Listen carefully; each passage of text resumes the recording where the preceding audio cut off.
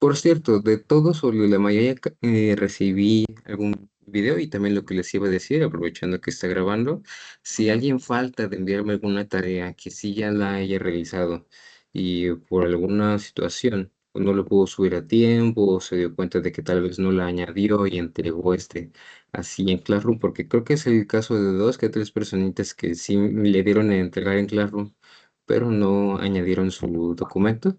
No se preocupen.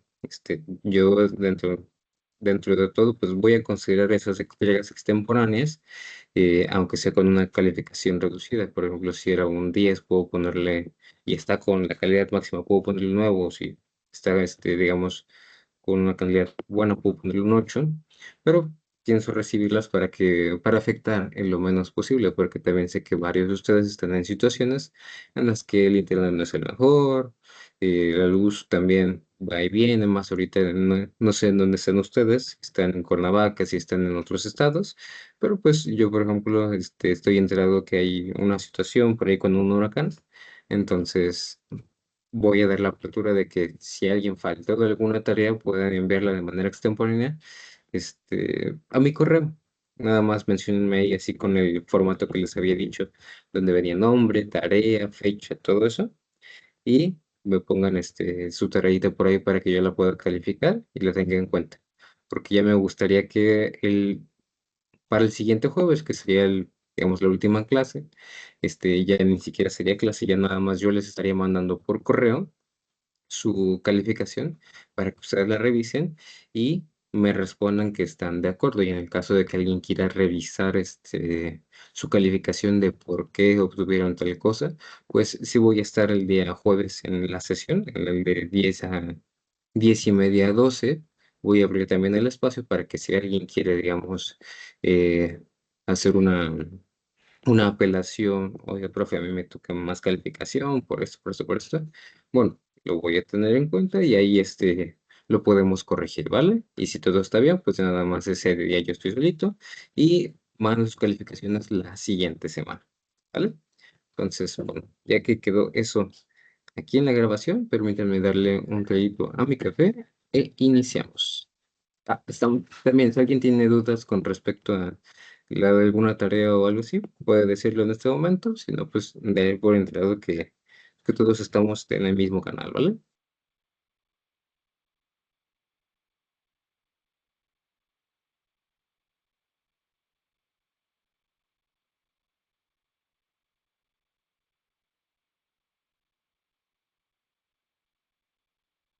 Ahora sí, vamos allá. Permítanme unos chiquitos. Y pequeña recapitulación. Como hacemos siempre en cada inicio de bloque, ¿qué es lo que hemos visto? En bloque uno nos enfocamos sobre todo en aprender sobre los gases. ¿Qué son en esencia las moléculas que nos conforman? ¿Qué son las variables de estado? Entender un poquito más sobre qué era una variable físico-química, una variable tanto de estado, pero también de trayectoria. Después, en el bloque 2 empezamos a hablar sobre termodinámica. Y ya vimos cómo era trabajar con el calor, trabajar con las tres leyes, bueno, las cuatro leyes de la termodinámica.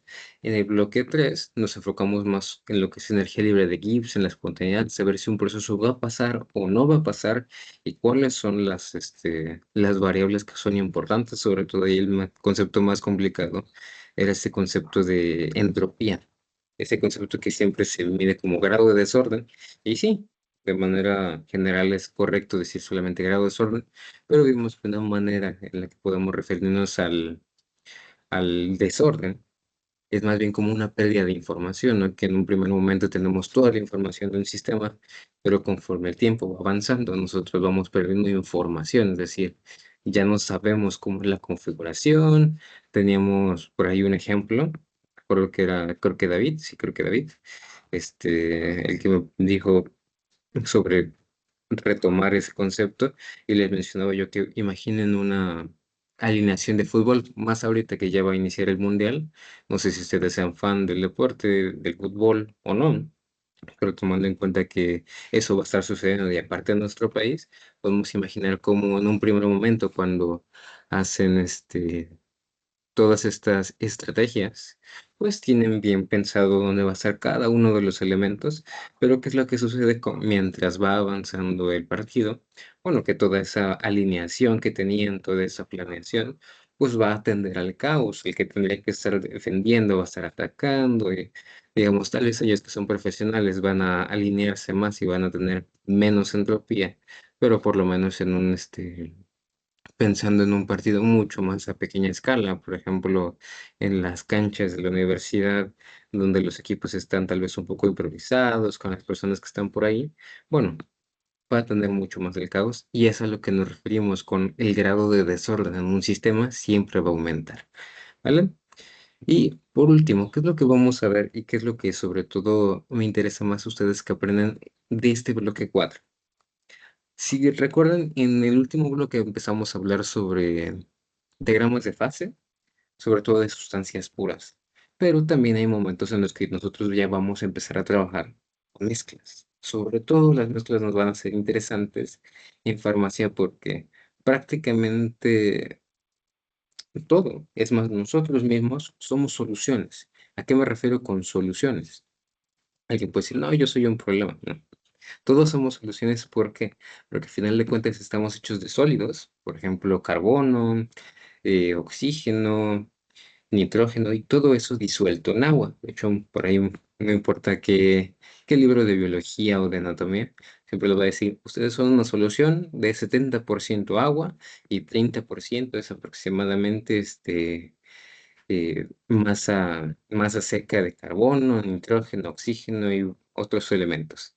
Y sí, es cierto, a final de cuentas, la vida, y no solamente el humano, sino cualquier otra forma de vida, es en su mayoría agua, pero contiene disueltos muchos elementos de, de química orgánica, los cuales van a facilitar que existan todas estas estructuras llamadas biomoléculas que forman la vida.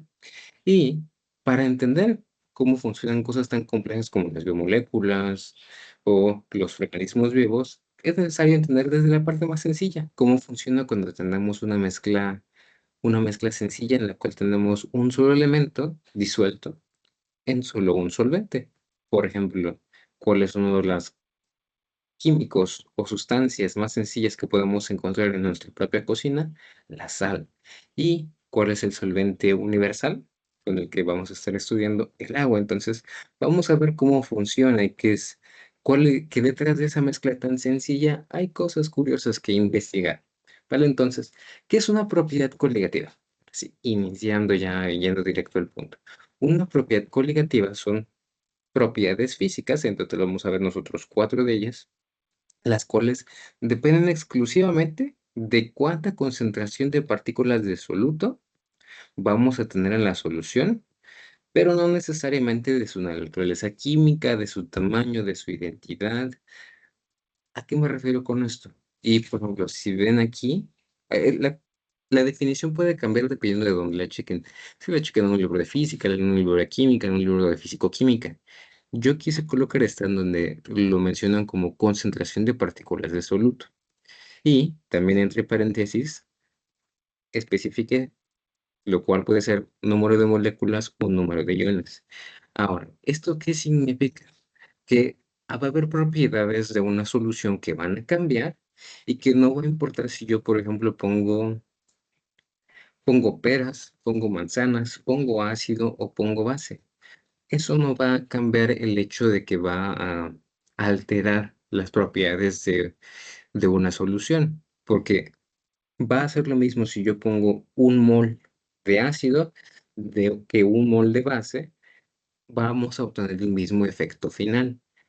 Entonces, esta parte de la naturaleza química no importa tanto, pero tampoco la podemos despreciar del todo. ¿Por qué? Porque a mí lo que me interesa es saber la concentración de partículas de soluto. Y va a haber algo muy interesante, que es el factor de Van Hoff. Nosotros vamos a ver más adelante quién es Van Hoff y todo lo que hizo, pero ¿por qué es interesante sí saber con qué estamos trabajando? Va a haber sustancias, por ejemplo, la glucosa, va a haber sustancias que no se disocian. ¿Y a qué me refiero con disociar? Cuando, por ejemplo, yo tomo sal de mesa, que la tenemos aquí Como ejemplo, permítanme, tomo esto y pongo el puntero. Tenemos sal de mesa, el cual está hecho de sodio y cloro, y yo lo coloco en agua. De manera normal, el, el, el puente que existe entre sodio y cloro, se va a disociar y me va a formar dos iones, un ion sodio y un ion cloro. Entonces, al final yo voy a tener moléculas de sodio y moléculas de cloro en el agua separadas interactuando con las moléculas de agua, ¿no? Entonces, si recordamos que, por ejemplo, en un mol de sustancia, en un mol de sal, yo tengo 6.022 por 10 a la 23 moléculas de sal, y yo lo coloco en agua, se van a separar en dos, y ahora ya no van a ser solamente una, sino que voy a tener n moles, en este caso son 6.022 por 10 a la 23 moles de sodio y 6.022 por 10 a la 23 moles de cloro. Y por eso, en este caso, por ejemplo, cuando trabajamos con un electrolito simple y simplemente se disocian uno y uno, es decir, tengo dos iones al final, el factor de Van Hoff va a ser igual a 2. Cuando tengo una sustancia que no es un electrolito, es decir, no se separa, no se disocia, como por ejemplo la glucosa, entre muchas otras moléculas orgánicas, bueno, en ese caso voy a tener un valor de Van Hoff de 1, ¿vale? Y el valor de Van Hoff, o factor de Van Hoff, se denota con la letra I, ¿vale? Y por último, cuando tenga yo sustancias las cuales se pueden disociar en, en tres o más iones, por ejemplo, aquí tengo una sustancia que se puede dividir en tres, puedo obtener un ion de aluminio, un ion de hidroxilo y otro ion de hidroxilo, ¿no? Entonces, al final puedo obtener tres iones de esta sustancia.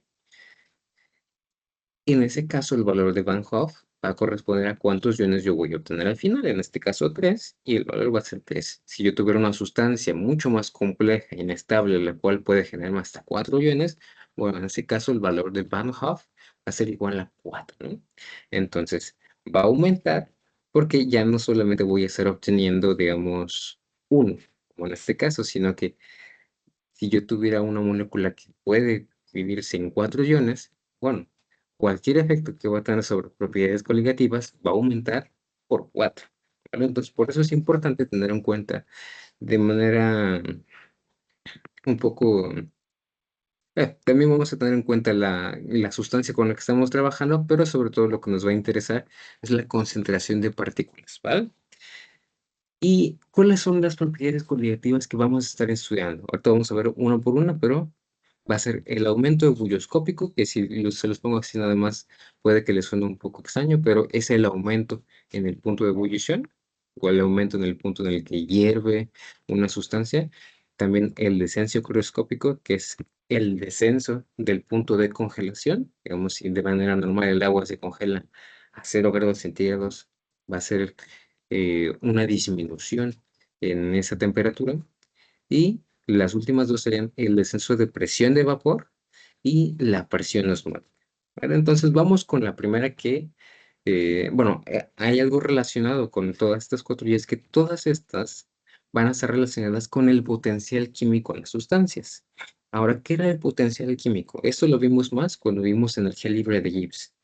¿A qué nos referimos? El potencial químico es la capacidad que tiene una sustancia para cambiar de fase o para participar en un proceso físico-químico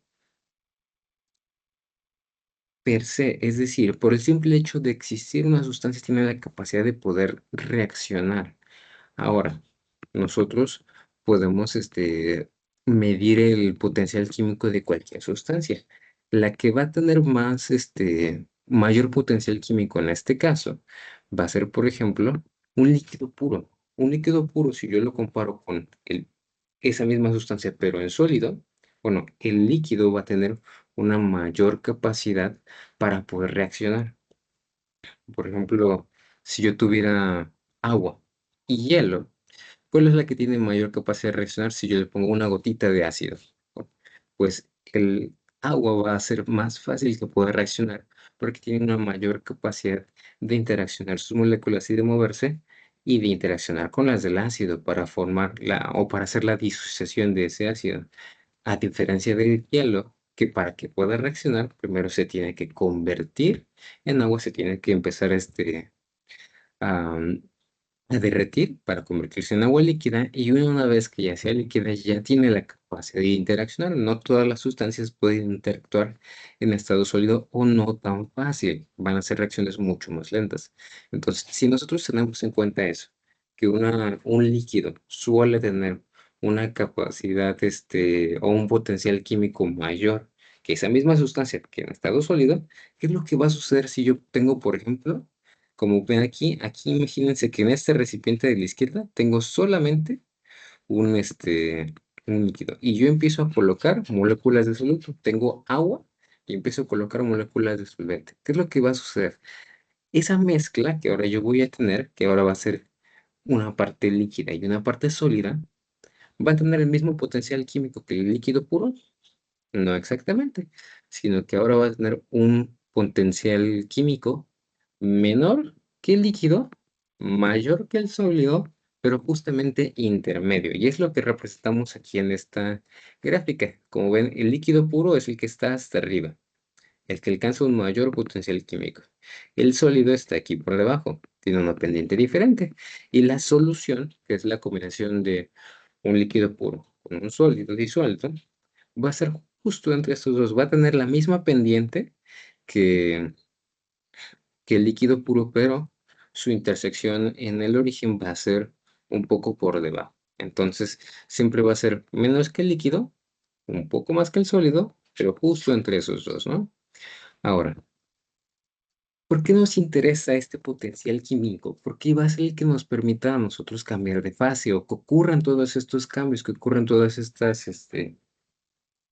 permítanme quito una alarma, es el que nos va a permitir que ocurran todos estos cambios de fase y todas estas reacciones químicas que nos interesan para poder nosotros llevar a cabo una reacción o para que, por ejemplo, ocurra la vida, es necesario que todo el tiempo estén ocurriendo reacciones. Por ejemplo, estamos obteniendo energía de los alimentos, entonces va a ser necesario que tengamos en cuenta ese potencial químico porque va a ser el que permita que ocurran todos esos cambios, ¿vale? Y por eso también nos interesa saber en qué punto del potencial químico estamos, porque también de esta fórmula, de la fórmula de potencial químico, se van a derivar todas las otras fórmulas que nosotros vamos a ocupar para poder describir los procesos o, por ejemplo, en este caso, las propiedades coligativas, ¿vale?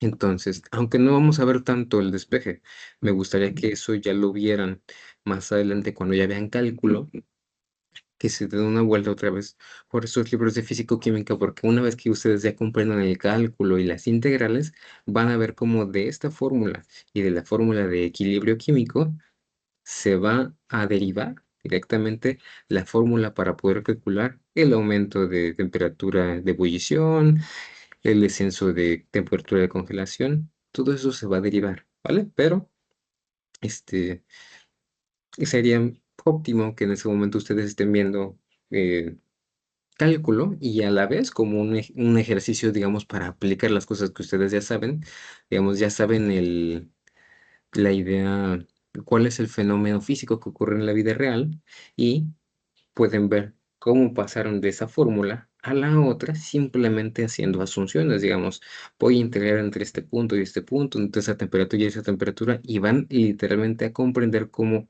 pasar de un proceso observable y hacer un modelo matemático, ¿vale? Pero eso se los dejo de tarea a ustedes para que el siguiente semestre o en el semestre que lleven cálculo le den una revisada y van a comprender muchísimo más las fórmulas que vamos a utilizar. Ahora, antes de seguirme, si todos vamos en el mismo canal, al menos en cuanto a la idea de qué es una propiedad coligativa, o sea, de manera general, qué son y qué es el potencial químico, ayúdenme a subir su manita, para no irme de corrido. Si tiene alguien alguna duda, deje su manita abajo. Si entendieron, manita arriba.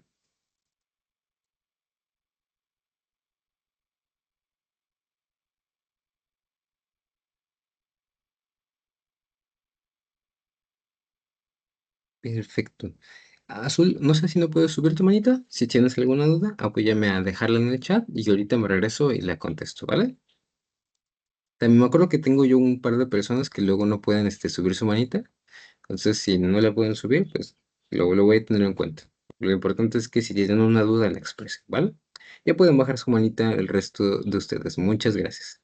Entonces, continuamos. Ahora, presión de vapor, que es una de las propiedades coligativas, la primera de ellas que vamos a estar investigando. Ahora, de manera general, la definición formal de presión de vapor es la presión de vapor se ejerce por las moléculas que abandonan una fase líquida y pasan a una fase gaseosa. Y la manera más general de explicarla en un contexto de físico-química es pensando en un recipiente como este, en el cual nosotros vamos a tener, por ejemplo, 10 mililitros de agua. Y de manera natural va a haber un equilibrio entre el agua que está en forma líquida y una porción que se va a convertir en fase gaseosa para aquellos líquidos que sean volátiles. Por ejemplo, el alcohol es uno de esos líquidos que son volátiles y que de manera normal cuando nosotros, digamos, dejamos alcohol en el ambiente o algunos otros sustancias, por ejemplo, el cloroformo también es un solvente volátil en el ambiente, una parte de este se va a convertir en gas y se va a evaporar, ¿no? Si tenemos un recipiente sellado, bueno, vamos a conservar ese solvente en forma de gas. Si lo tenemos el recipiente abierto, bueno, se va a liberar al ambiente y va, digamos, vamos a poder olerlo o se va a liberar y va a llegar a la capa de ozono. Entonces, esa es la manera general, pero muchas veces así no se entiende tanto. Ahora, quiero ponerles un ejemplo que ese sí es más común y yo creo que todos ustedes, por lo menos alguna vez en su vida, han realizado y si no, mínimo sus mamás lo han revisado en casa y ustedes han sido regañados por, digamos, pisar cuando ellas lo están haciendo. ¿Qué se hace siempre después de barrer cuando queremos limpiar la casa? Trapear. Entonces, ¿qué es el acto de trapear? Es nosotros tomar ya sea una franela o ya sea ajo y se me fue el nombre del otro, pero es como una franela que simplemente nosotros vamos a mojar esa tela y la vamos a pasar para limpiar la superficie. ¿Ok? Ahora, ¿qué es lo que sucede si nosotros estamos tomando agua, tal vez con algún aromatizante, como por ejemplo Fabuloso, y nosotros lo ponemos sobre una superficie? De manera normal, si yo les digo, voy a poner un vaso de agua en la mesa y lo voy a dejar ahí, ¿ustedes creen que el agua va a desaparecer por arte de magia? De manera normal podemos pensar que no, ¿verdad? Que el agua que yo estoy poniendo en el vaso se va a mantener y si yo me voy a mi cuarto, regreso en media hora, ahí va a seguir. Digamos, si eran 250 mililitros de agua de una taza. Me voy y regreso y espero encontrar 250 mililitros de agua igualmente. Pero ¿por qué cuando nosotros tapeamos, digamos, se ponen tal vez unos 3 litros de agua en la cubetita, ¿no? Donde estamos nosotros preparando todo. Mojamos y al final nada más llega de esos 3 litros o 5 litros de agua, llegan 200, porque lo exprimimos bien, dejamos 200 mililitros de agua alrededor de todo el suelo. ¿Qué es lo que pasa si nosotros esperamos un par de minutos? Ese agua empieza a evaporarse y no necesariamente porque estemos a 100 grados centígrados, estemos hirviendo ahorita que hace bastante calor y el agua está pasando a forma gaseosa. No, lo que sucede es que en el aire que nosotros respiramos hay gases, pero también, o sea, no solamente hay oxígeno, no solamente hay nitrógeno, hidrógeno, no, también hay agua en forma gaseosa, hay vapor de agua. Entonces, el propio vapor de agua va a generar una presión para encontrarse en un equilibrio, va a tomar toda el agua que pueda encontrar y va a ejercer una presión y esa agua que tenemos en forma líquida va a formar parte de la forma gaseosa. Y por ejemplo, aunque yo no lo mida, tomando el ejemplo que yo les decía, de voy a poner un vaso de agua con 250 mililitros de agua líquida en un primer momento. Es más, voy a pesar el vaso, voy a tararlo y voy a tener en cuenta cuánto líquido. Si yo regresara unos minutos después, ya no voy a encontrar 250 mililitros de agua, puede que encuentre 249 o 248. Si tienen báscula en casa, los invito a hacer el experimento y se van a dar cuenta de que así sea 1 gramo o 2 gramos, se van a perder, pero es porque justamente la presión de vapor va a facilitar que una parte de esas moléculas de agua se evaporen y pasen a formar una fase gaseosa, ¿vale? Ahora, eso nos dice la presión de vapor. ¿Y qué establece la ley de Raoult? Es bastante similar a la ley de Dalton. ¿Se acuerdan cuando vimos gases? Que había una ley en la cual para saber cuánta presión de un gas estaba ejerciendo cuando teníamos una mezcla, digamos 50% oxígeno, 50% hidrógeno, ¿no? Bueno, la ley de Raoult va a ser bastante similar. Va a decir que la presión de vapor, o sea, la presión que hace un gas para convertirse en vapor en una mezcla, es igual a la presión que hace por sí sola. Ese vapor del que estamos hablando, presión de vapor del componente cuando está puro, por ejemplo, agua, multiplicado por su fracción molar. Recordemos que fracción molar es que si yo tengo, por ejemplo, una mezcla, digamos, el total de moles, déjenme cambio el modo para dibujar. Tengo yo en total 10 moles, 10 moles aquí, y por ejemplo de oxígeno solamente de O2 son 5, voy a tener que la fracción molar de oxígeno, normalmente fracción molar representamos con X, entonces la fracción molar, voy a poner aquí moles, es igual a 5 moles que correspondan al oxígeno entre 10 moles totales. Eso me va a dar igual a 0,5. Esa es la fracción molar, ¿no? Y ya nada más nosotros tenemos que investigar cuál es la presión de vapor del componente, en este caso oxígeno, cuando está puro. Y ya de esa manera vamos a obtener la presión parcial de oxígeno en una mezcla de aire, por ejemplo, que tengamos en el ambiente. Entonces, eso es la presión de vapor. Podemos entenderlo como que el ejemplo de la vida real donde vemos siempre presión de vapor es cuando trapeamos, ¿no? O cuando limpiamos con un trapo húmedo una superficie y de repente ese agua se evapora, es porque la presión de vapor del agua facilita que ese agua que estamos colocando se convierta en gas y pase a formar parte de esa humedad relativa que se encuentra en el ambiente. También, por ejemplo, si alguien ha ido de vacaciones a la playa y otra persona ha ido de vacaciones, por ejemplo, a Monterrey, el ambiente en ambos lugares es diferente, porque en un lugar se siente seco, en el otro lugar se siente más húmedo, y es porque en un lugar mayor cantidad de agua está formando parte del ambiente, del aire que respiramos, y en otro lugar se siente más seco, porque hay menos agua formando parte del aire que estamos respirando, ¿vale? Entonces, ahora, ¿de qué nos sirve la presión de vapor por ejemplo, en farmacia? Bueno, hay una cosa muy importante y es que el agua de manera normal se evapora. Yo les decía, si pongo 250 mililitros de agua y regreso después de media hora, puede que ya nomás se encuentre 249. Bueno, ¿cómo nosotros podemos evitar que eso suceda, por ejemplo, en soluciones que sí se diluyen en agua o en otros solventes? Por ejemplo, ¿cuál? Un jarabe. Bueno, cuando nosotros tenemos un alto contenido de sacaros, es decir, ponemos mucho soluto, en este caso azúcar, además del medicamento, ¿qué es lo que va a suceder?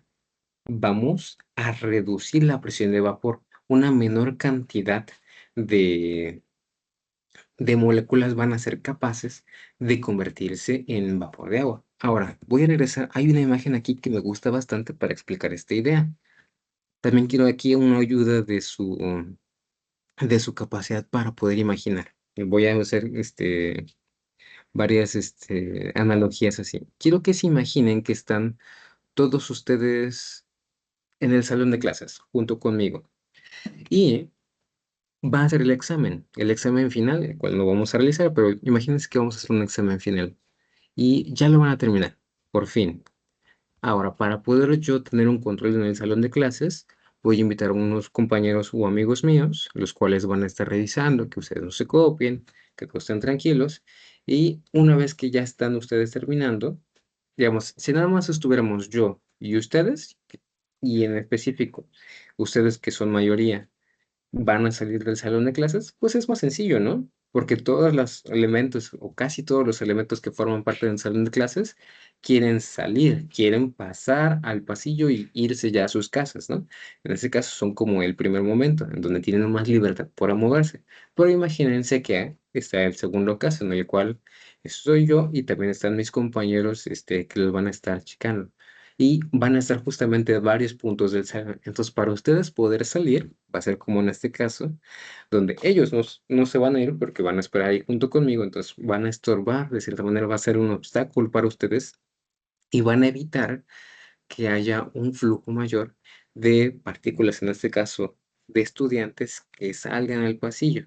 Simplemente en el caso de la vida real, todos van a poder salir, les va a costar un poco más de tiempo. En el caso de, digamos, presión de vapor, bueno, al nosotros agregar soluto dentro del solvente, va a haber una menor cantidad de agua o de solvente que nosotros tengamos que va a formar parte de una fase gaseosa. Entonces, cuando nosotros agregamos, por ejemplo, mucha azúcar a una solución acuosa, vamos a hacer que la tendencia a evaporarse disminuya. Y así nosotros garantizamos que si yo tengo 100 mililitros de, o 250 mililitros de jarabe total de solución, como tiene mucha azúcar, mucha concentración, en concentraciones normales, a temperatura normal y a presión normal, puede que si yo los dejo en la mesa y regreso después de media hora, siga teniendo los mismos 250 mililitros o si hubo una disminución, sea mucho menor que cuando dejamos solamente agua, ¿vale? Entonces, esa es una de las cosas a la que nos ayuda la presión de vapor en farmacia y también tenemos que tener en cuenta cosas como los humectantes. ¿Ustedes han visto esos comerciales en donde presentan las cremas casi como mágicas, en las cuales dicen: no, esta crema hidratante te dura 24 horas, esta 48 y esa otra 72? Casi que no te tienes que bañar durante 3 días y vas a tener la misma hidratación. Yo daría un poco de, por ejemplo, comerciales como ese. Aquí podemos ver un ejemplo de ese de 72 horas. No sé qué tan cierto es y no sé qué tampoco tan sano sea estar 72 horas con la misma crema encima, aparte sin habernos aseado adecuadamente por completo con agua y jabón, pero imaginemos que funciona. ¿Cómo es que funciona esa protección tan prolongada? Bueno, las cremas, a final de cuentas, son una mezcla de muchos excipientes, no solamente agua, pero entre sus componentes tienen agua y también, por ejemplo, muchas veces tienen grasas, aceites, tensoactivos. Y a la hora de mezclar todo, vamos a tener una solución con muchos componentes, pero justamente componentes grasos o componentes como por ejemplo la glicerina y otros humectantes van a hacer que, ¿qué es lo que va a pasar? Van a recubrir nuestra piel, van a dar esa sensación de humectación, pero al tener tantos excipientes, tantas otras sustancias diferentes al agua y a otros solventes, ¿qué es lo que va a pasar? No se va a evaporar tan rápido. Hay muchas cremas que ustedes apenas las tocan, apenas las aplican y ya sienten como que se absorbió tan rápido y ya ni siquiera se siente en la piel. Pero hay otras, por ejemplo, cuando hace mucho frío, ustedes quieren colocarse, por ejemplo, un bálsamo labial y sentir esa sensación de protección como de que sus labios van a tener esa capa protectora durante varias horas para no tener que se les esté aplicando a cada rato. Entonces, el tener todos estos solutos disueltos en agua o en el solvente en que nos estamos utilizando, van a evitar que ese soluto se evapore, va a formar parte del aire y se va a quedar retenido sobre nuestra piel, ¿vale? Entonces, la presión de vapor también va a ser sobre todo muy útil en formulaciones tópicas, como por ejemplo las cremas, pero por ejemplo no solamente hay cremas, digamos, cosméticas, también hay cremas, ungüentos y otras sustancias, las cuales tienen medicamentos y nos va a interesar, por ejemplo, que se queden sobre la piel para que haya mayor efecto sobre el tiempo. ¿Qué pasa si nosotros aplicamos una crema con medicamento, lo aplicamos y sí, se absorbe súper rápido? Vamos a tener un pico de absorción muy alto y vamos a tener una actividad muy rápida, Pero así como el proceso va a iniciar, también va a terminar muy rápido. No va a durar el suficiente tiempo. Y si, por ejemplo, hablamos de dolor, bueno, a mí no nomás me duele un ratito. Cuando se sufre de un traumatismo, el dolor dura bastante tiempo. Entonces, también queremos que el efecto del medicamento dure igual de tiempo y vamos a utilizar humectantes para retrasar esa evaporación, ¿no? Ahora, también en la liofilización, esto ya lo vimos también cuando vimos en el bloque 3. Vamos a tener muchas veces que secar productos y no siempre nos interesa quemarlos o, digamos, llevarlos a temperaturas muy altas. ¿Cómo lo podemos hacer? Mediante liofilización, es decir, vamos a congelar y luego bajando la presión, vamos a poder extraer toda el agua que está dentro de un producto, ¿no? Ahora, muchas veces para poder nosotros extraer es necesario tener un control muy preciso sobre a qué presión vamos a llevar nuestra formulación o nuestro alimento para poder extraerlo. Por ejemplo, les mostré un video donde liofilizaban una sandía. Bueno, la persona tuvo que tener muy bien controlado la presión de vapor, o más bien la presión a la que iba a liofilizar para poder extraer solamente el agua, pero que se mantuvieran también el resto de moléculas que forman parte de la sandía para que no perdiera su sabor. Entonces, también la presión de vapor va a ser muy importante, un factor decisivo para cuando nosotros decidamos liofilizar un producto, ¿vale? Ahora, ya hablamos sobre presión de vapor. También aquí voy a hacer una pequeña pausa. Si ustedes comprendieron qué es la presión de vapor, apóyeme a subir su manita. Si a alguien le queda duda, deje su manita abajo, antes de que pasemos con la siguiente propiedad coligativa.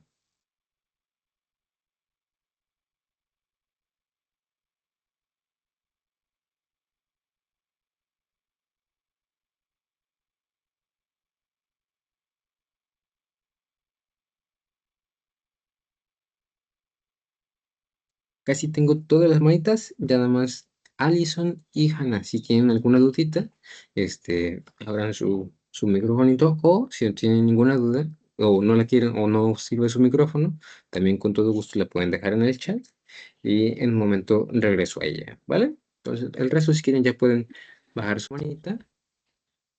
Hannah, creo que vi tu microfonito abierto. ¿Hay Yo alguna no duda? puedo subir la profe, la No te mano. preocupes. Sabía yo que tenía casos así, entonces no te preocupes. Voy a tenerlo en cuenta. ¿Vale? Entonces, si a alguien le surge alguna otra duda porque no le comprendió del todo la presión de vapor, este, puede, puede dejar su preguntita en el chat. Nat, ¿se te quedó atorada tu manita? Sí, sí, la puedo bajar. Ok, muchas gracias. Entonces, ahora, la siguiente propiedad es el aumento ebulloscópico.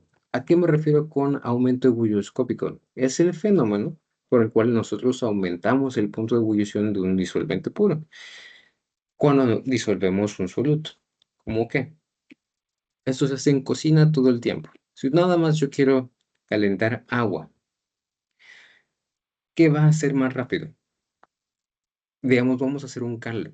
Por ejemplo, aquí es una lección de cocina que yo aprendí hace no mucho tiempo.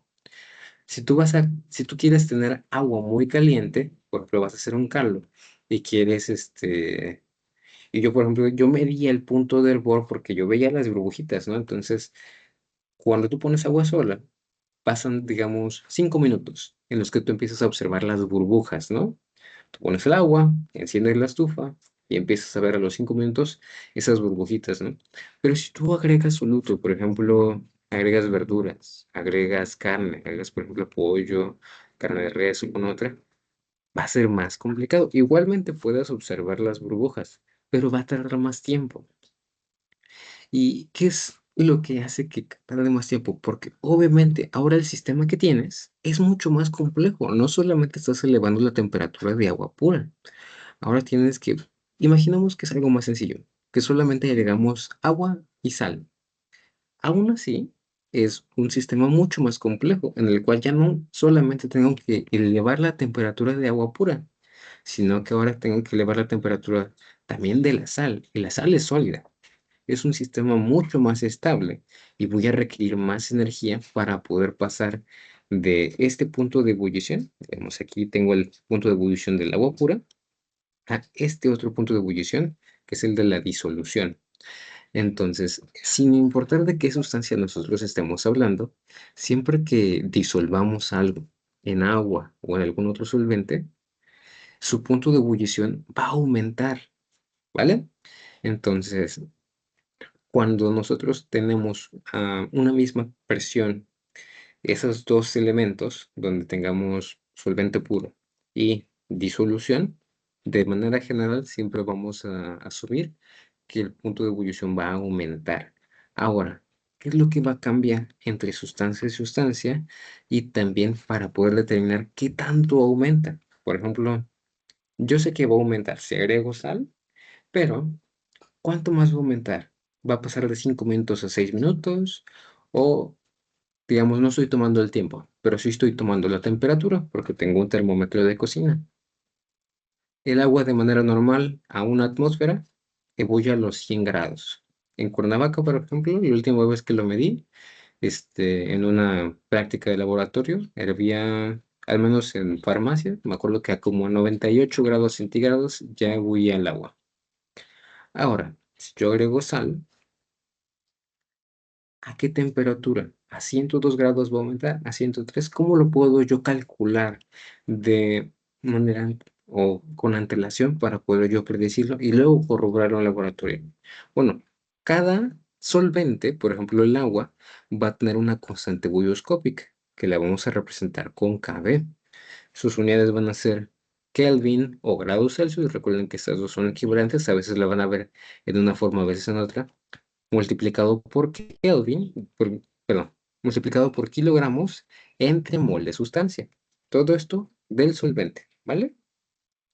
Ahora, vamos a tener en cuenta también la molaridad, pero de que aquí es donde vamos a tener en cuenta el número de moles entre kilogramos de solvente. No se confundan. Antes veíamos, nosotros llegamos a trabajar mucho con molaridad. La diferencia entre molaridad con L y molaridad con R es que en uno teníamos litros de solvente y en otros en este tenemos kilogramos de solvente. Ahora, para el agua hay una cosa muy curiosa. Como la densidad del agua es 1 gramo, es igual a 1 mililitro, 1000 gramos, 1 kilogramo, es igual a 1000 mililitros. Entonces, 1 litro y 1 kilo de agua es lo mismo, pero eso solamente es el caso del agua. Recuerden que también esto lo podemos determinar para muchos otros solventes. Entonces, no siempre pueden hacer esa asunción de pensar que no, pues 1 litro y 1 kilo es lo mismo. No, eso solamente aplica para el agua. Para cualquier otra sustancia va a tener una densidad diferente, ¿vale? Pero aquí vamos a trabajar con molaridad, ¿vale? Y por último vamos a tener en cuenta el factor de Van Hoff. Y si nosotros multiplicamos esos tres elementos y hacemos el análisis dimensional, lo que nos va a resultar es una diferencia en temperatura, es decir, una diferencia en grados Kelvin o en grados Celsius, ¿vale? Pues me parece que aquí adelantito tengo un ejemplo. Sí, perfecto. En donde, ¿qué es lo que vamos a hacer? Vamos a determinar el nuevo punto de ebullición y el aumento bulloscópico. Recuerden que aumento simplemente es la diferencia de una solución de 100 gramos de sal en 400 gramos de agua. Aquí me dan ya la constante bulloscópica del agua y el peso molecular de la sal, ¿no? Entonces, lo primero que tengo que hacer yo es, como sé que tengo 100 gramos de sal, voy a tomar 100 gramos y sacar el número de moles. ¿Cómo? Dividiendo entre el peso molecular. Entonces, hacemos la operación. También voy a abrir mi calculadora para corroborar que estemos correctos y si no lo corregimos. Entonces, hacemos entre 58.5, me quedan 1.7 moles, redondeando 1.71. Perfecto. Entonces, ahora voy a sacar molaridad.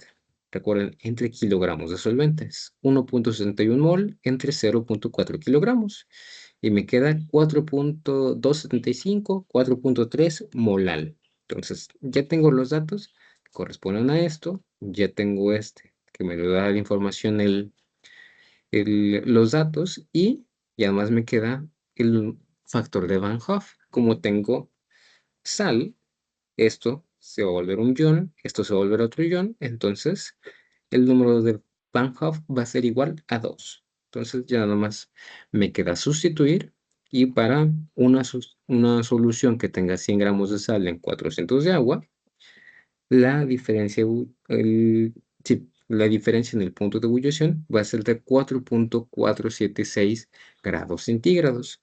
Como yo sé que esto siempre aumenta, siempre es un aumento, o sea, siempre va para más, ahora, si de manera normal el agua ebulle a 100 grados centígrados, ya nada más tengo que hacer 100 más 4,476 y la nueva temperatura a la que va a ebullir es 104,476 grados centígrados. Ay, disculpen los garabatos tan feos, pero así es como quedaría el nuevo punto de ebullición, en 104 grados. Entonces yo sé que cuando ya llegue a 105 grados en mi termómetro, ya la transformación ya está ocurriendo y ya parte de esa agua se está convirtiendo en vapor de agua. Entonces, hasta aquí, chicos.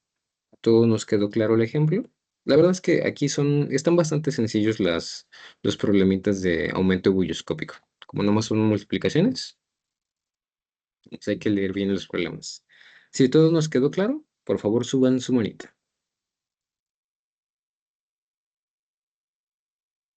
Si a alguien le quedó alguna duda, deje su manita abajo. Y déjenme ver cuánto tiempo me queda. Son las 8, me queda media horita.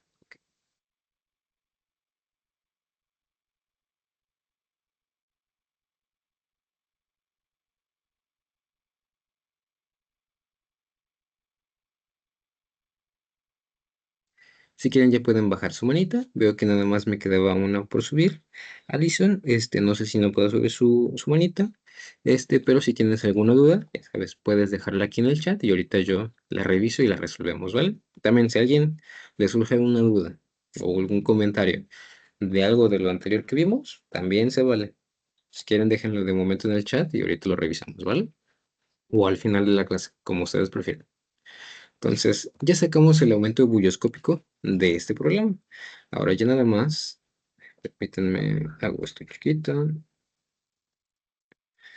Ok, entonces ya sabemos a qué temperatura va a ebullir. Ahora, ¿en qué casos esto me va a ser útil? Hay sustancias que se conocen como refrigerantes. No sé si alguien de ustedes ya tenga carro. Si no, me imagino que tal vez de algunos de ustedes o de la mayoría, sus padres tienen carro. Entonces, ¿han escuchado sobre esta cosa que se llama el radiador? O, por ejemplo, alguna vez en un día caluroso, haciendo un viaje por lo menos de una media hora, una hora, utilizando el carro, ustedes han bajado y han tocado el capó y la parte de enfrente del auto, donde está toda esta maquinaria. ¿Cómo se siente? Se siente calientísimo. ¿Por qué?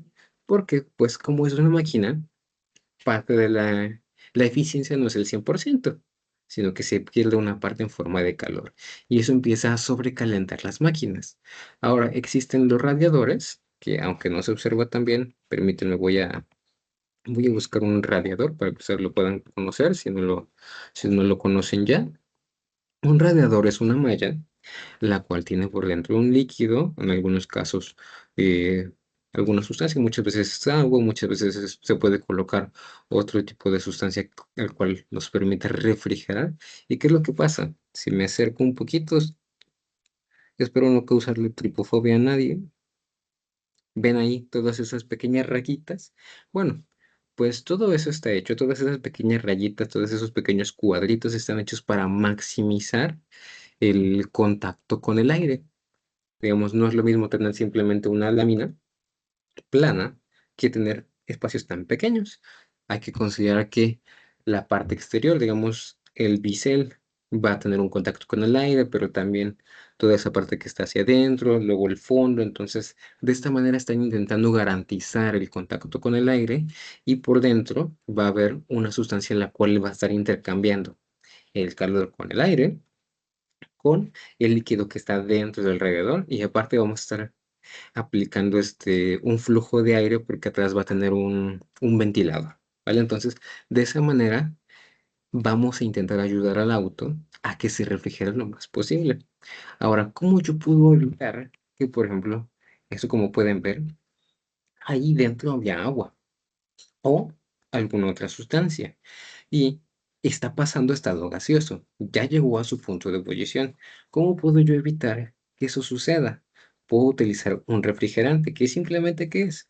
Una solución de agua o de algún otro solvente, el cual va a tener un soluto disuelto, y en vez de, por ejemplo, ebullir a 100 grados centígrados, de manera normal, ¿qué va a pasar? Por acción de las propiedades coligativas, el aumento ebullioscópico ahora va a ebullir a 115 grados centígrados, 120 grados centígrados. Y aunque yo ya llegue a 110 grados centígrados y de manera normal el agua ya se hubiera evaporado, yo hubiera abandonado todo por completo y mi carro ya estaría de no puedo más, ya estoy demasiado caliente, ya prácticamente me voy a quemar. No, gracias a la acción del refrigerante, vamos a tener un espacio de un par de grados centígrados para poder trabajar y que la máquina siga teniendo agua para poder, o bueno, en este caso refrigerante, para poder enfriarse y seguir trabajando de manera adecuada, ¿vale? Entonces, ese es un ejemplo de un refrigerante en la vida normal, donde también vamos a poder utilizarlo en bioreactores, que son todas estas máquinas enormes donde se hacen procesos biotecnológicos y también en procesos industriales, pues vamos a tener solventes, agua entre esos solventes, y vamos a tener reacciones biológicas ocurriendo. Pero como no simplemente tenemos agua, sino que tenemos materia inorgánica, vamos a tener una gran cantidad de procesos, pues gracias a que nosotros sabemos cuánta agua o cuánto solvente y cuánto soluto estamos teniendo, y todo eso está ocurriendo con intercambio de calor, con intercambio de trabajo.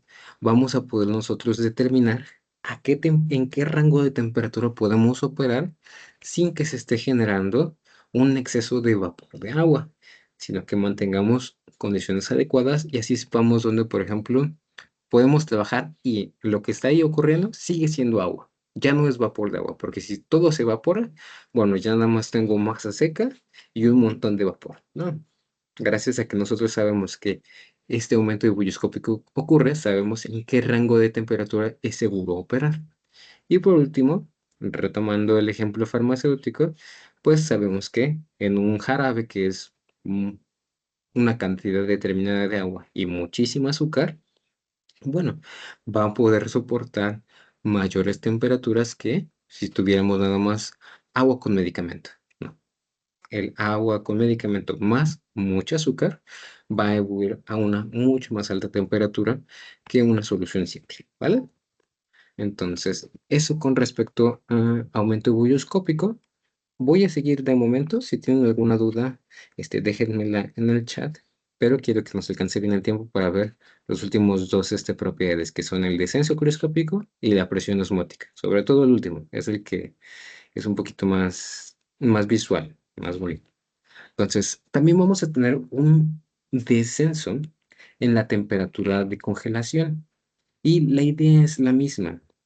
Al nosotros, por ejemplo, tener agua pura, cuando digamos nosotros tomamos agua pura a presión normal y empezamos a bajar temperatura hasta llegar a 100 grados centígrados, bueno, es un sistema, entre comillas, más ordenado, el cual va a tener una tendencia a que si yo llegué a la temperatura adecuada, empieza a ordenarse, empieza a formar estos cristales de agua, estos cristales del solvente, y voy a pasar de una fase líquida a una fase sólida.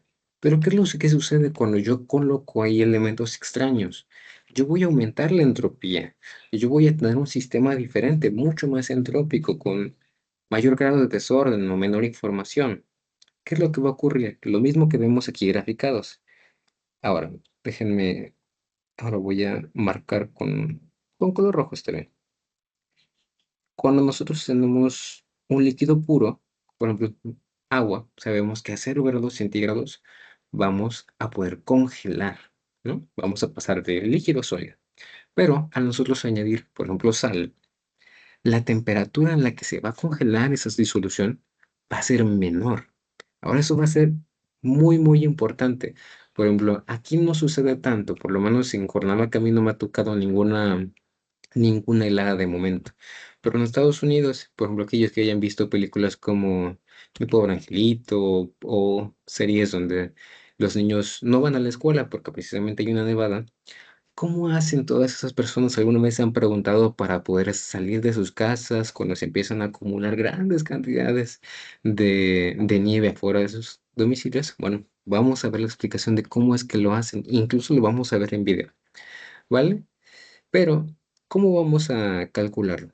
Bueno, primero, de manera general, vamos a ver dos cosas. Una, esta es la fórmula. Si se dan cuenta, la fórmula para calcular el descenso crioscópico es prácticamente igual, solamente cambia un término, que la de constante bulloscópica, perdón, que la de aumento bulloscópico. ¿Qué es lo único que va a cambiar?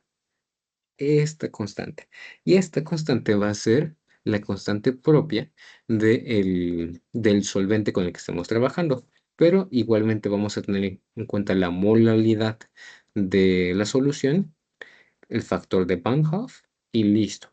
Son las únicas tres cosas que nosotros necesitamos para poder calcular el nuevo punto de congelación. Y ¿cuál es la explicación si tenemos en cuenta, cuál es la explicación de este proceso si tenemos en cuenta el potencial químico? ¿Qué es lo que sucede cuando de manera normal líquido pasa a sólido? Es porque a la temperatura a la que ya llegamos, el potencial químico del líquido y el potencial químico del sólido es el mismo. Yo les decía, cuando llegamos a una de estas líneas, que son las fronteras en un diagrama de fases, tenemos 50-50. Tenemos 50% de probabilidad de encontrar líquido, 50% de probabilidad de encontrar sólido, y conforme bajamos más temperatura, tendemos más al sólido, ¿no? Ahora, cuando nosotros agregamos soluto, sabemos que los solutos o los sólidos tienen un potencial químico menor. Yo les decía, el que tiene más potencial químico siempre es el líquido, si lo comparamos esos dos, y el sólido tiene menor. Ahora, ¿qué es lo que sucede cuando tenemos la mezcla? Bueno, va a ser menor que la del líquido. Entonces, este del líquido va a ser menor que el del sólido, perdón, este del líquido va a ser mayor y la de la solución va a ser menor. Entonces, para poder nosotros paliar esa diferencia, debemos de bajar aún más la temperatura. De esa manera, favorecemos que ocurra una de las transformaciones. Y si investigáramos su energía libre de Gibbs, veríamos justamente eso, que para que ese proceso sea espontáneo, es necesario bajar aún más la temperatura. De esa manera, sí va a ocurrir esta transformación de líquido a sólido, ¿vale? Entonces, antes de pasar con el cálculo, les quiero mostrar este ejemplo. Ahora, las aplicaciones, vamos a verlas. La primera aplicación, así como yo les hablaba de los radiadores y, por ejemplo, los refrigerantes, también existe otra cosa llamada anticongelantes. Igual en aquellas ciudades o países donde sí ocurren heladas, tienen el problema contrario. Las máquinas se ponen tan frías cuando no las están utilizando que se pueden congelar. Y para que puedan volver a funcionar, es necesario calentar el, el, el motor, calentar toda la máquina completa. Entonces, ¿cómo podemos evitar que se congele? Bueno, vamos a añadir justamente una solución, las cuales muchas veces tienen etilenglicol o polietilenglicol, o tienen alguna clase de sustancia que tenga varios iones, para así garantizar, ¿qué cosa? Que el punto de congelación del agua, en este caso el anticongelante, sea mucho menor.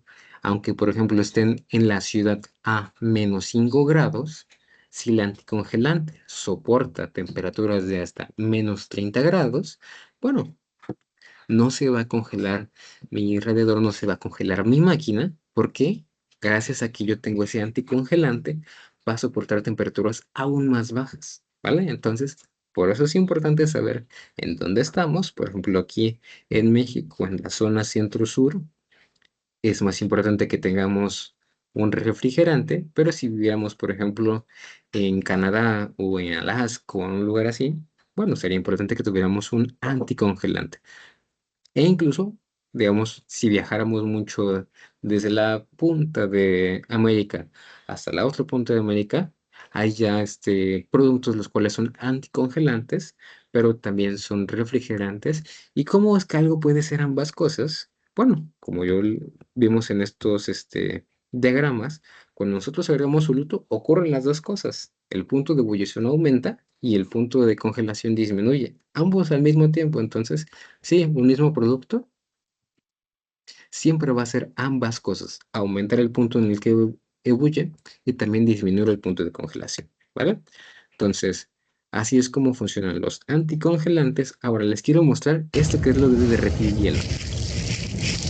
Aquí, de lo que me está mencionando el video es que están a 32 grados Fahrenheit.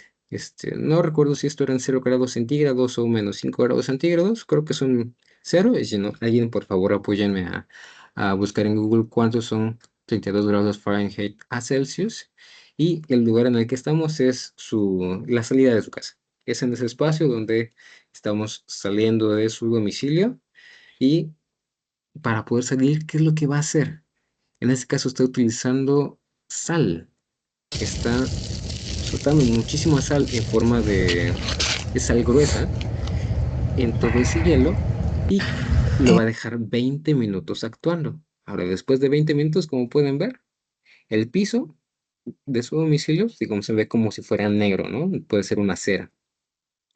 Y después de 20 minutos con sal, toda esa, toda esa nieve, toda esa agua en forma de estado sólido, ese hielo, va a pasar a ser una solución de agua con sal y aunque estemos a, por ejemplo, menos 5 grados centígrados, si el nuevo punto de congelación es menos 10, pues el agua va a ser líquida, ¿no? Y ahora vamos a derretir todo ese hielo y va a ser más fácil retirarlo con una pala, caminar nosotros, o, por ejemplo, si están en un camino, por ejemplo, cuando hay grandes nevadas en Estados Unidos y Canadá, bueno, hay camioneros que se dedican a ir tirando mucha sal en los caminos, sal o otras sustancias que van a hacer lo mismo, bajar el punto de congelación y de esa manera derretir todo ese hielo y que los carros puedan avanzar por esas carreteras sin quedarse atascados y sin causar todas estas afectaciones en la economía, en la sociedad. Entonces, de esa manera facilitan su vida y evitan esas grandes heladas, ¿vale? Otra cosa que nosotros podemos hacer y que también es bastante común aquí en México encontrar las nieves de garrafa. Las nieves de garrafa, estas son las garrafas, ¿cómo se obtienen y cómo se mantienen esas temperaturas tan bajas para que nosotros podamos congelar?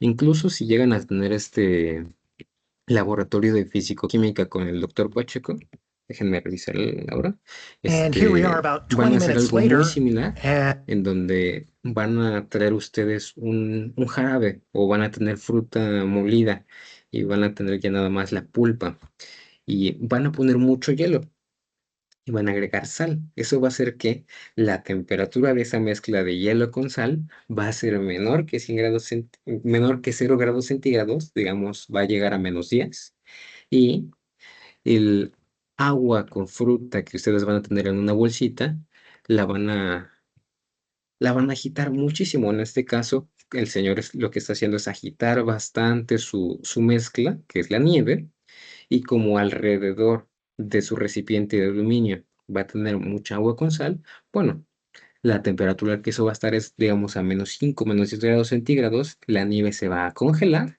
y vamos a tener un producto muy rico, vamos a tener un producto que es muy frío y que, digamos, se va a mantener. Digamos, esa persona puede estar bastantes horas vendiendo eso y no se le va a derretir. ¿Por qué? Porque justamente el efecto del hielo con la sal va a mantener esa temperatura durante mucho más tiempo. ¿Vale? Y una vez que se derrita todo eso, simplemente hay que añadir más, más hielo y como ya la solución de lo que va a quedar en el fondo es agua con sal, pues va a facilitar que la temperatura sea menor, ¿no? Y así es como nosotros vamos a tener esa nieve de garrafa por muchísimas horas. Y por último, en control de calidad, hablando de industria farmacéutica, pero también industria alimenticia, ¿cómo nosotros podemos saber si una sustancia es pura o no? Por ejemplo, yo estoy comprando metanol puro y es carísimo. Y yo quiero saber si realmente me están vendiendo metanol puro 99.99% grado HPLC carísimo de París, o si me están vendiendo metanol barato o incluso metanol adulterado. ¿Cómo voy a saber yo? Bueno, el metanol puro está bien estudiado y bien fundamentado cuál es su punto de fusión, ¿no?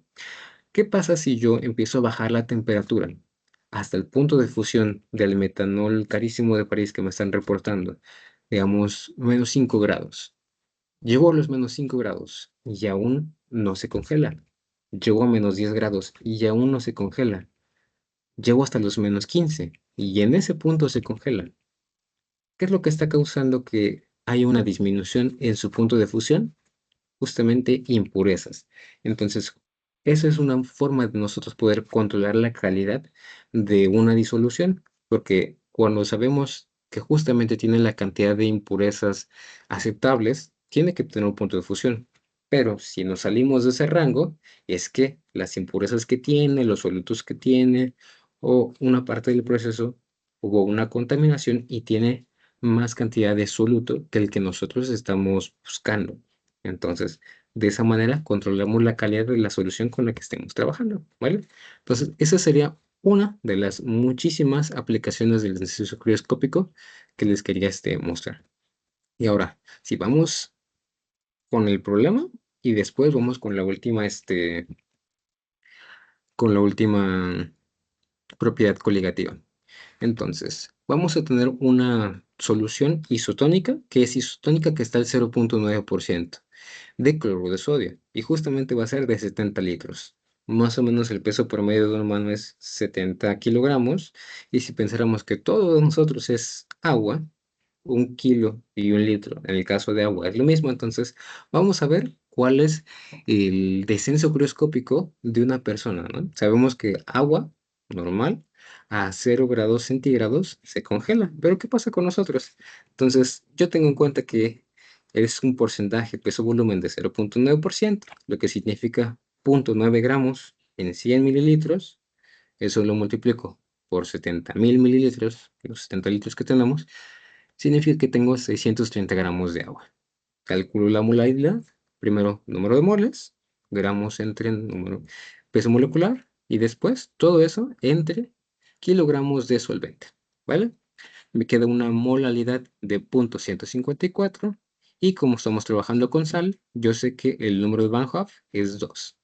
Sustituyo todo esto en la fórmula y me queda que el descenso microscópico va a ser de 0.57. Descenso siempre es menos, entonces como yo sé que la temperatura normal a la que se congela el agua es 0 grados centígrados, la temperatura nueva a la que se va a congelar es menos 0.57, ¿vale? Entonces, si a una persona o a una solución de 70 litros yo le aplicara una temperatura de -1 grado, bueno, ya se va a empezar, digo que ya se va a empezar, se va a congelar. Si yo estuviera justamente en -0.57, iniciaría el proceso, pero -1 grado ya se empieza a congelar, ¿no? Entonces, pues hay que tener mucho cuidado con las temperaturas y, por ejemplo, si entran a ultracongeladoras, muchísimo cuidado ahí cuánto tiempo están adentro. Siempre hay que entrar en esa clase de ultracongeladores acompañados y con mucho cuidado. Hay muchos procesos o protocolos a seguir en esos lugares porque puede llegar a ser peligroso, ¿vale? Entonces, aquí es otro ejemplo, justamente es teniendo en cuenta los valores de un anticongelante, el cual va a tener etilenglicol. Aquí les puse la fórmula molecular del etilenglicol junto con su peso molecular. Vamos a verlo muy por encima, ¿no? Este anticongelante me dice que tiene 3.785 litros en total, ¿no? Entonces, pensando que todo eso es agua y que de hecho tuvieran la misma, como no me dan una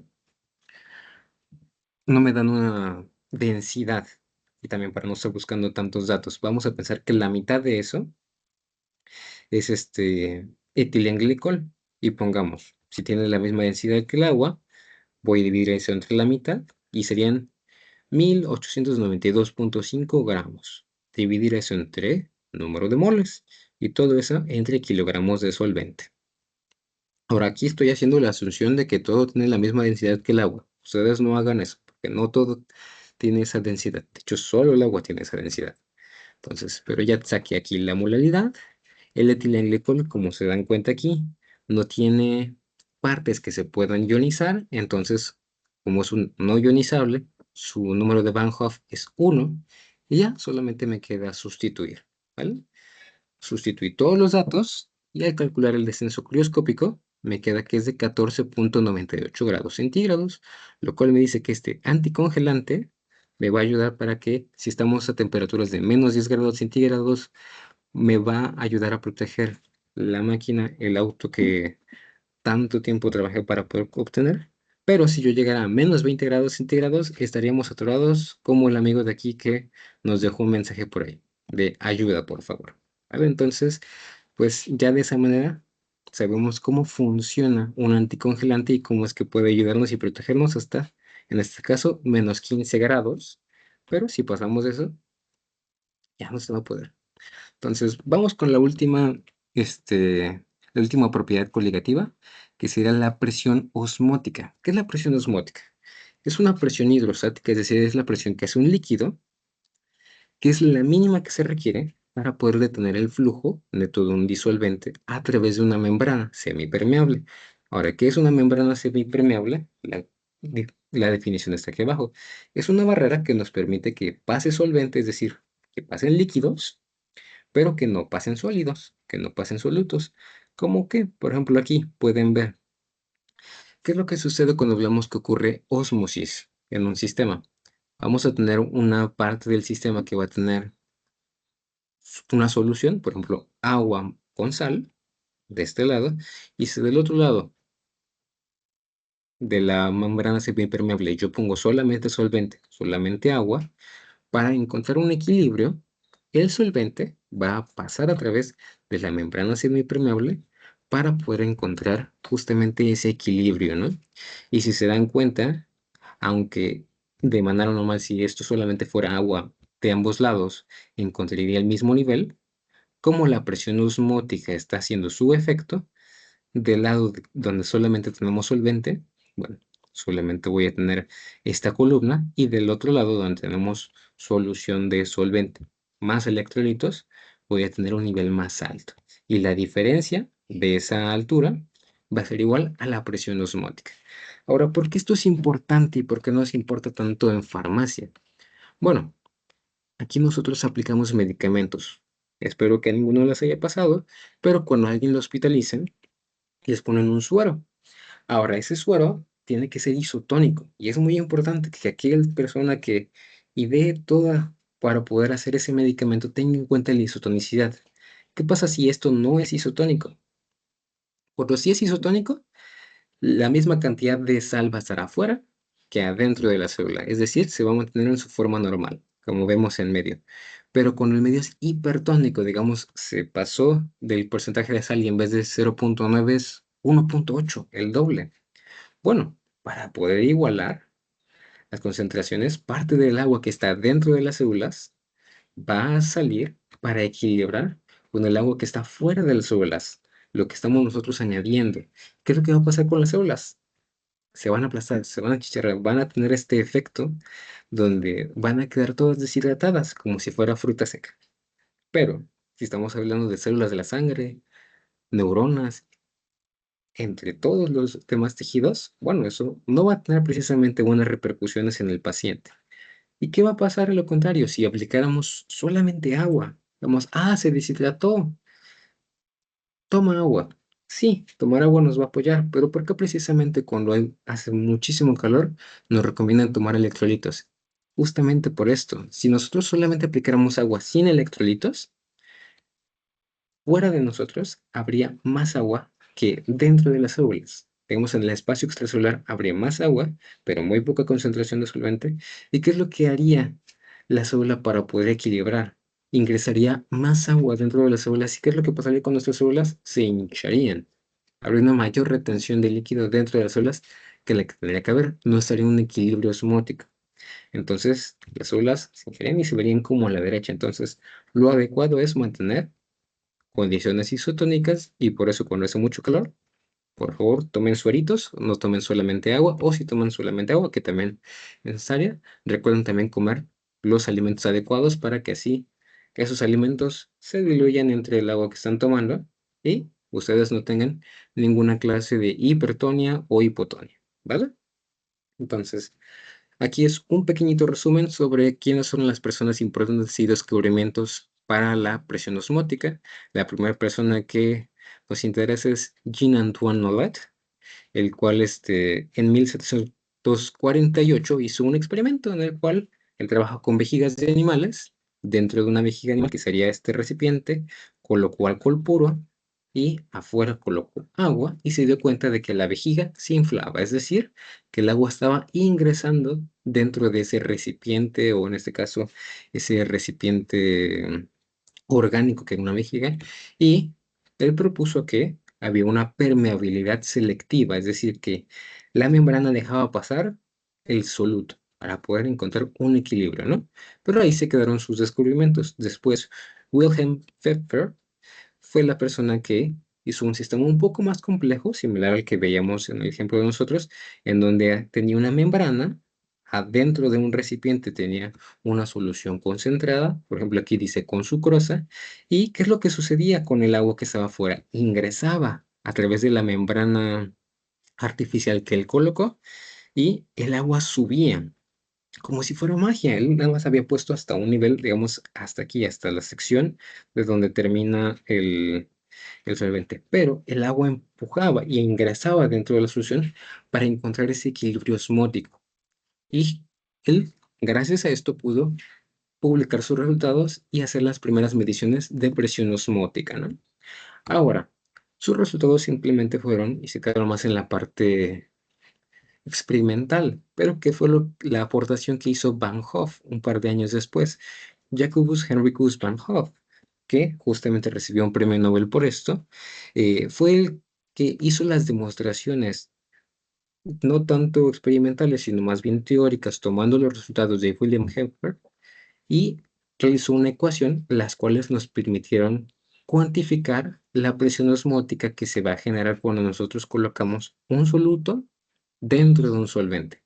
Entonces, gracias al apoyo de estos tres personajes, nosotros podemos comprender de una manera más cuantitativa y cualitativa qué es lo que sucede cuando ponemos un soluto, o más bien ponemos dos soluciones y una barrera semipermeable, como somos nosotros, que estamos hechos de células, ¿vale? Y por último, déjenme ver si me alcanza el tiempo. Bueno, creo que aquí se acaba mi tiempo. Este, Hagamos lo siguiente. Yo voy a quedarme y resolver este problema, pero me imagino que ustedes ya tienen una clase. Ahora, como yo ya no quiero que estarlo citando la próxima vez, ya nomás los voy a citar en caso de que quieran hacer algún ajuste con respecto a su calificación. Yo voy a terminar la clase diciendo el último problema de presión osmótica. Pero, mientras tanto, pues les quería agradecer a todos los que sí quisieron estar aquí el día de hoy. Les agradezco muchísimo su tiempo. Si se tienen que retirar para otra clase, lo voy a entender. Pero pues les quiero decir que muchísimas gracias por estar conmigo durante la clase de físico-química. Fue una gran experiencia para mí. Entonces, si ya se tienen que retirar, lo entenderé y mientras tanto voy a terminar la clase para que no se alargue tanto y pueda subirlo en un solo video, ¿vale? Entonces, ¿qué es lo que pasa cuando nosotros tenemos presión osmótica? Tenemos tres fórmulas que podemos utilizar. Una que corresponde a electrolitos y otra que corresponde a soluciones diluidas. Y si se dan cuenta, esto se parece mucho a la ecuación del gas ideal. ¿Qué tenemos en la ecuación del gas ideal? La famosa o infame pavo ratón. Tenemos presión multiplicada por volumen por número de moles, la constante de los gases ideales por T. ¿Y qué es lo que hizo Van Hoff? Justamente se dio cuenta, tomando en cuenta todos los valores, que las soluciones, la presión osmótica, actuaba de una manera muy similar a un gas ideal. Entonces, ahora, en vez de presión, simplemente, él puso este término que es la letra pi mayúscula, en la cual nosotros nada más tenemos que, digamos, aquí despejó el volumen, por eso aquí tenemos en vez de número de moles, tenemos molaridad, y podemos nosotros calcular tanto para soluciones diluidas, pero también para electrolitos. Ahora, si se dan cuenta, la diferencia entre estas dos está en que esta tiene el número de Van Hoff incluido. ¿Por qué? Recuerden que en un electrolito no solamente pongo una sustancia, un mol de sustancia, y obtengo un mol de sustancia. No. Si yo pongo sal, por ejemplo, voy a tener un mol, 6.022 por 10 a la 23 partículas de sodio, 6.022 por 10 a la 23 partículas de cloro. Entonces, tengo que considerar la ionización. Por eso tengo este término, ¿vale? Pero una vez que ya tenemos esta fórmula, pasemos a la resolución. ¿Y qué es lo que vamos a hacer? Vamos a calcular cuál es la presión que hacen tres soluciones. Una con muy poca sal, una con 0.45, que es la mitad de la isotonicidad de las células. Otra con 0.9, que es la isotonicidad, digamos, la misma que tienen nuestras células por dentro. Y una que tenga el doble, 1.8%. Entonces, vamos con el primero y la verdad es que los tres se resuelven prácticamente de la misma manera. Nada más vamos a ver cómo es el desenlace y luego las presiones finales. Entonces, me dicen aquí que tengo la solución a 25 grados centígrados, entonces ya tengo temperatura. La R es la misma de los gases ideales, 0.08206 litros por atmósferas entre mol por Kelvin. Ya nada más tengo yo que despejar, pasar de grados Celsius a grados Kelvin. Y por último, yo tengo que considerar tanto el número de Van Hoff, porque como es sal, voy a poder ionizar, o más bien se va a ionizar en dos entidades, el sodio y el cloro, y tengo yo que calcular la molaridad. Ahora, yo sé que está a 0.45%, que significa 0.45 gramos por cada 100 mililitros. Esto lo paso de gramos por mililitro a gramos por litro. Entonces, yo sé que en un litro hay 100 mililitros. Entonces, esto con esto se elimina. Y me va a quedar que 0.45% es igual a 4.5 gramos por cada litro. Entonces, aquí yo estoy asumiendo, como no me dice nada el planteamiento, yo estoy asumiendo que se usa en un litro de solución. Entonces, yo voy a poner 4.5 gramos. Calculo el número de moles. Y eso es entre un litro de solvente. Ah, también otra anotación. Aquí sí es molaridad. Aquí no es con kilos de solvente, kilogramos de solvente. Aquí es con litros de solvente. Entonces, la molaridad de esto es 0.077 molar. Y ya nomás me queda sustituir, ¿no? El número de Van Hoff es 2. La molaridad aquí la tengo calculada. Ya tengo yo la constante de los gases ideales. Y por último, la temperatura, que para los tres casos es igual. Y finalmente, al sustituir, me va a quedar que voy a tener 3.7 atmósferas, ¿vale? Entonces, me voy al siguiente planteamiento. Si se dan cuenta, todo lo demás es lo mismo. Lo único que va a cambiar es que aquí en vez de 0.45, voy a tener 0.9 gramos por cada 100 mililitros. La resolución es la misma. Voy a tener 9 gramos por litro. Y en este caso, como es de como podemos anticipar, la molaridad va a ser el doble. Y a la hora de sustituir todos los valores, también la presión osmótica que vamos a obtener es justamente el doble del primer caso. Y por último, para el caso de la solución hipotónica, la resolución es prácticamente la misma, doble de gramos por cada litro de agua, el doble de la concentración en molaridad, y al final también tenemos el doble de la presión. Y justamente ese doble de presión, que si se dan cuenta, nosotros normalmente estamos a una presión constante de una atmósfera si vivimos cercanos al nivel del mar. Pero dentro de nuestras células hay constantemente una presión osmótica de 7.53 atmósferas que están habiendo solamente del empuje del propio agua. Y las partículas, los solutos que tenemos dentro de nuestras propias células están atrayendo o empujando el agua para mantener ese equilibrio osmótico, ¿vale? Entonces, pues eso sucede de manera natural simplemente por el hecho de nosotros tener una célula, que es una barrera semipermeable en su membrana, y es muy importante que nosotros sepamos que si nosotros tomamos muy poco electrolitos, va a ocurrir este proceso donde vamos a tener mucha menor presión y va a haber lo que les decía, este rompimiento de las células por el efecto de la no, perdón, hipotonicidad. Vamos a ver turgencia, es decir, vamos a ver cómo se hinchan. Y cuando tenemos demasiados electrolitos en nuestra sangre, vamos a ver este efecto de la hipertonicidad. Vamos a ver cómo las células se rompen y se achicharran por el simple hecho de la osmolaridad. Entonces, con eso terminaríamos lo que corresponde a propiedades coligativas. En cuanto a explicaciones a grandes rasgos, decía yo, una de las más relevantes para farmacia es la presencia de sueros isotónicos, que nosotros tenemos que hacer los cálculos necesarios para garantizar esa isotonicidad, pero también por medio de ósmosis inversa es que se purifican hay muchísimos métodos de purificación de agua, que es el agua que finalmente nosotros consumimos para consumo humano.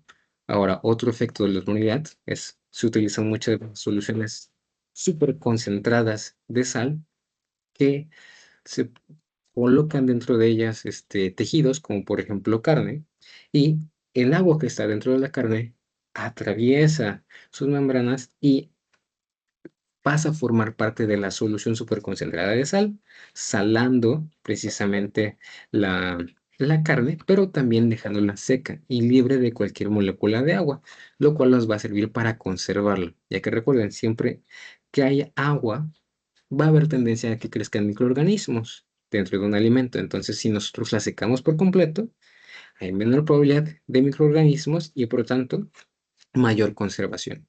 Y por último, otra aplicación de la presión osmótica o de la ósmosis es justamente la hemodiálisis, que es un método de tratamiento para aquellas personas que ya tienen insuficiencia renal y que por sí mismos ya no pueden filtrar su propia sangre. Entonces, con ayuda de máquinas como la que estamos viendo aquí, podemos ayudar a la persona a que por ósmosis filtrar su sangre para que todos esos desechos puedan ser desechados y la sangre que esté en su cuerpo sea limpia, ¿vale? Entonces, pues eso sería todo en cuanto a propiedades coligativas. Déjenme revisar si alguien queda, porque tengo todavía una personita. Muchísimas gracias a todos los que se quedaron. Muchísimas gracias también a quienes estén viendo el video. Les deseo un excelente día y pues que tengan muchísima buena tarde. También permítanme ver los mensajitos. Bueno, voy a presentar. Muchísimas gracias, Hani. Y también muchísimas gracias, Emma, por sus comentarios. Voy a dejar de grabar aquí la clase, pero pues, quería agradecerles mucho por compartir conmigo este semestre. Excelente tarde.